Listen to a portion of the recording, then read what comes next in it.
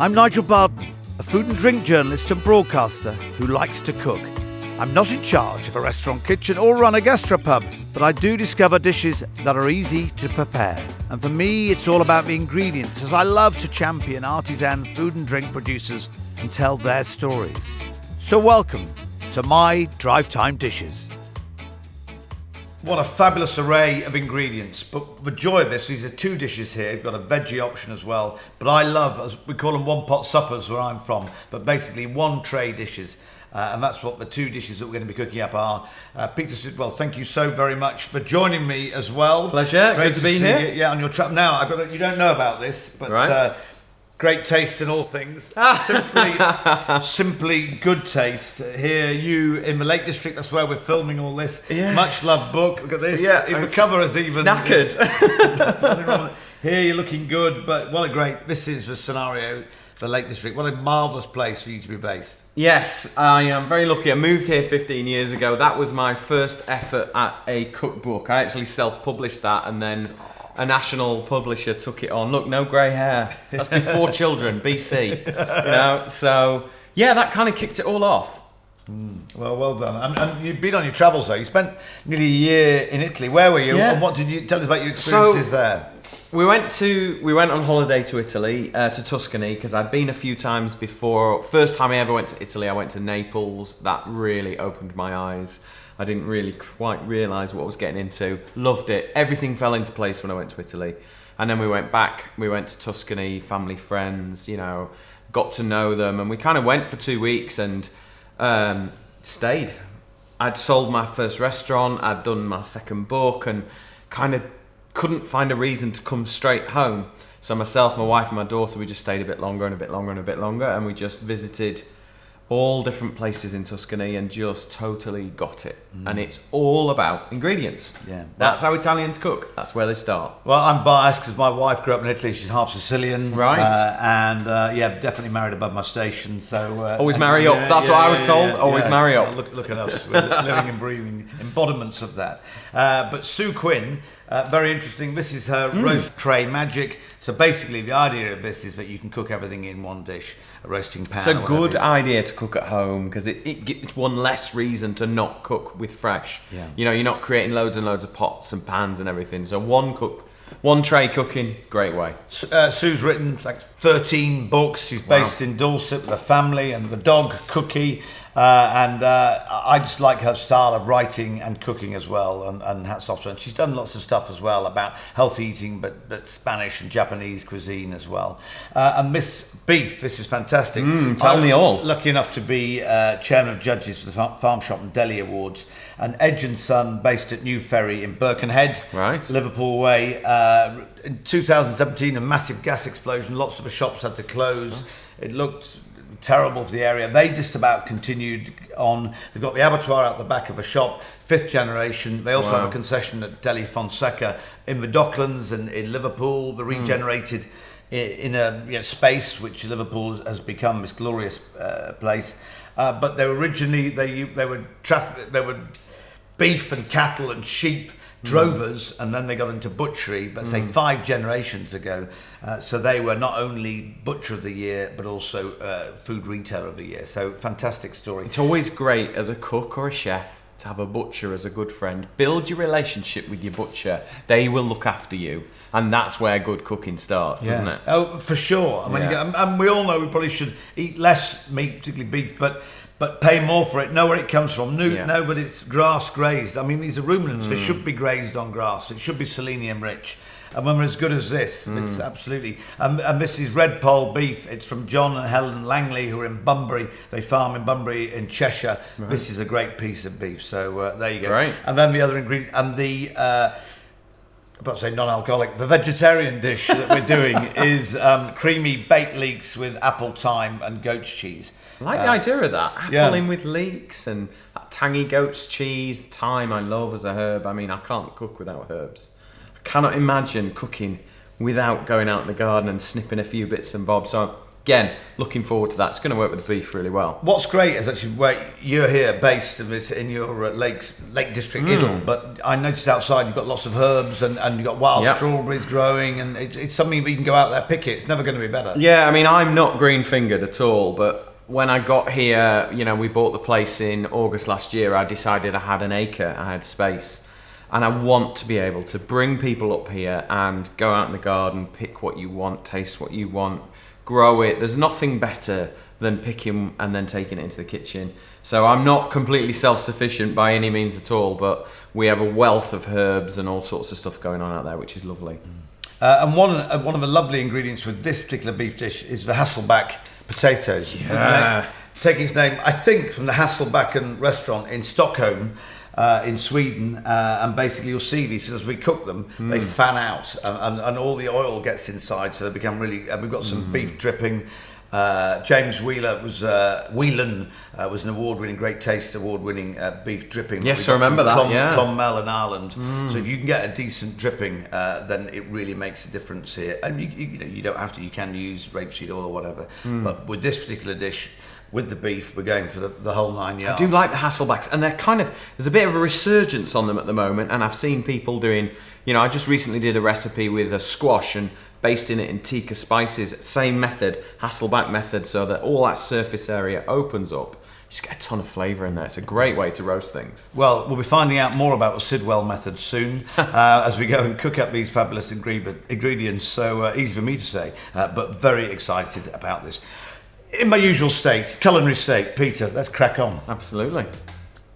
To make Sue Quinn's roast beef with Hasselback potatoes and green beans, you'll need a 1.5 kilogram joint of beef, ideally topside or sirloin, 1 tablespoon of mustard powder or finely ground mustard seeds, sea salt and black pepper, 3 tablespoons of dripping or lard, 8 medium potatoes, 250 grams of fine green beans trimmed, splash of olive oil and a squeeze of lemon juice. For Sue Quinn's creamy baked leeks with apple, thyme and goat's cheese, you'll need 1 tablespoon of unsalted butter, plus extra for greasing, 500 grams of leeks, trimmed, rinsed and cut into 1 centimetre coins, sea salt and black pepper, 2 tablespoons of olive oil, 1 large egg or 2 small ones, 200 millilitres of single cream, 200 millilitres of vegetable stock, 2 garlic cloves crushed, 100 grams of soft goat's cheese, 20 grams of grated Parmesan cheese, small handful of thyme leaves, 1 eating apple, 150 grams of ciabatta bread torn into bite-sized pieces, and 30 grams of finely grated cheddar cheese. It's a really straightforward dish. What I love about it is that it's all cooked in the same pan. First, preheat the oven to 240 degrees C, pat the beef dry, and then rub with a mixture of the mustard powder and salt and pepper. The key with a dish like this is to make sure that the mustard powder and the salt and pepper, they enhance the flavours, but they don't mask the beef because it's such a glorious piece. Add the fat or lard and then roast for about 15 minutes, basting halfway through. Peel the potatoes and chop them in half. The easiest way to get the Hasselback potatoes to fan out is by chopping them using a wooden spoon to make sure you don't cut all the way through. Reduce the temperature to 180 degrees C and add the potatoes to the hot fat, season them generously with salt and pepper. To cook the meat rare, roast the beef for about 40 minutes, basting the meat and potatoes regularly. Meanwhile, trim the beans and toss them in olive oil and lemon juice and season well. While the beef is resting, add the beans to the roasting tray and bake for about 15 minutes. Put the leeks into a baking dish with the butter and oil and then season generously with lots of salt and pepper. Add a splash of water and cover with foil. Bake in a 180C oven for 30 minutes. Stir all the remaining ingredients except the apple, ciabatta and cheddar together in a bowl. When the leeks are done, peel, quarter, core and slice the apple. Tear the ciabatta and add it to the cream mix with the apple. Stir to coat the bread and pour the mixture over the leeks. Grate the cheddar cheese over the top and bake for another 30 minutes until golden. Wow, this smells gorgeous. You'll have to take our word for that, because it absolutely does. But this is it. The full title is Rare Roast Beef with Hasselback potatoes and green beans. It's a Sue Quinn special from her roasting. Here we go, tray magic, which we talked about earlier on. It does smell gorgeous. And then we've got the creamy leeks as well with apple, thyme, goat cheese. That's a vegetarian dish. Although I think, Peter, you would serve them, you'd like a lot together, To wouldn't me, you? it looks like a complete set. The full team is there, but, you know, living in a house where our vegetarians live as well, it would be a great solution just to put the whole thing out there and people can tuck in. It smells delicious. I'm really looking forward to it.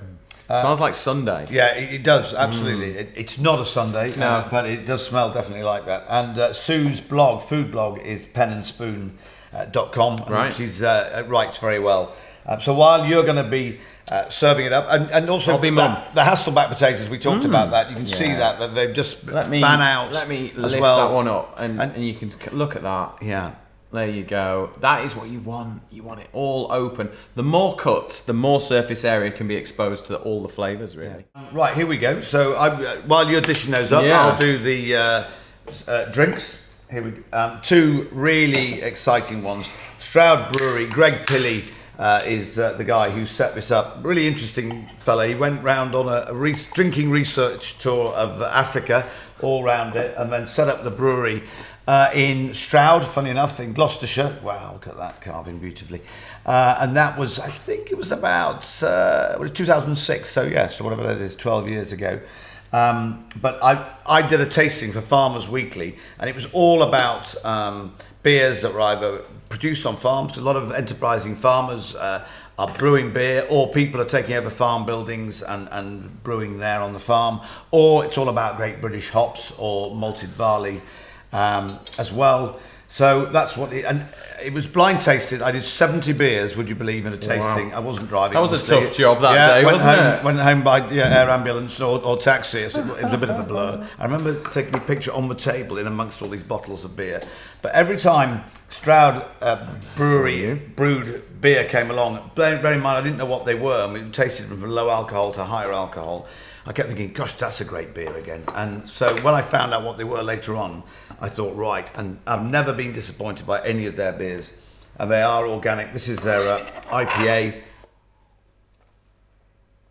Sorry, I've not even poured you any. No, I can sorry see you about flying solo today, Nigel. Yeah, I'm getting a bit giddy at the moment. There you go. So Thank you very do much. that one for you. So this one's the IPA, is it? Yeah, Lovely. It's Some great beers coming out now, isn't there? Yeah. Really exciting ones. 5.6% and Cotswold grown barley as well, and in a tin as well. And here we go. The hops are Cascade, and we've got New Zealand Matueka, and just it's got a dry finish. Heady, it isn't needs it? food. Yes, it does. You wouldn't want to drink a lot of this. But it would go well, certainly with the rich, creamy leek dish with the goat's cheese in there. Oh, and we'll what go on that about first? Yeah? And what about this beef as well, which has got the rub? It's got beef dripping on it, but it's also got the English mustard powder, which we rubbed into it. I did beforehand, just to let that steep. I mean, it just gives it a little bit of edge, and I love the crust. That's an umami-rich dish. And the way that you roast it, good high heat, get it all crispy and roasted and lovely, and then just let it tick over in the oven. Mustard, salt, pepper, what beef loves. Here we go. And this is one of my other favourite beers. I'm going to get you to taste it bit darker. first. Yeah, very hoppy. And I'll tell you a little bit about it. It's from Brewdog, which are Scottish punk brewers, as they've been described. But really They kind dry of really hops. Yeah. kick-started the craft revolution here, didn't they? And scaled it as Well, well. for sure, a lot of it was crowd-funded as well. Clever beer, this one, because this is called Nanny State because it's 0.5% alcohol, which is remarkable. This is the same alcohol as a fermented banana, to put it in perspective. It's got a whole choice, and they describe it here. If you think low alcohol equals low taste, double think again. This is low alcohol beer as it should be. No compromise, no surrender. And just remarkable list of ingredients: the malts, Munich, Cara, Crystal, Medium, and then the hops: Centennial, Amarillo, Columbus, Cascade, Simcoe. There's a lot going on in this beer. It's very cleverly made. And if I'm off the terps, I try and give a couple of consecutive days when I'm not drinking in a week. I'll have a bottle of that, and my mind thinks, yeah, that's okay. Yeah. So I like coming to your table for food because I get 2 beers. Yeah, but yes, and How often do you get that? That's great. and Beef is beautiful.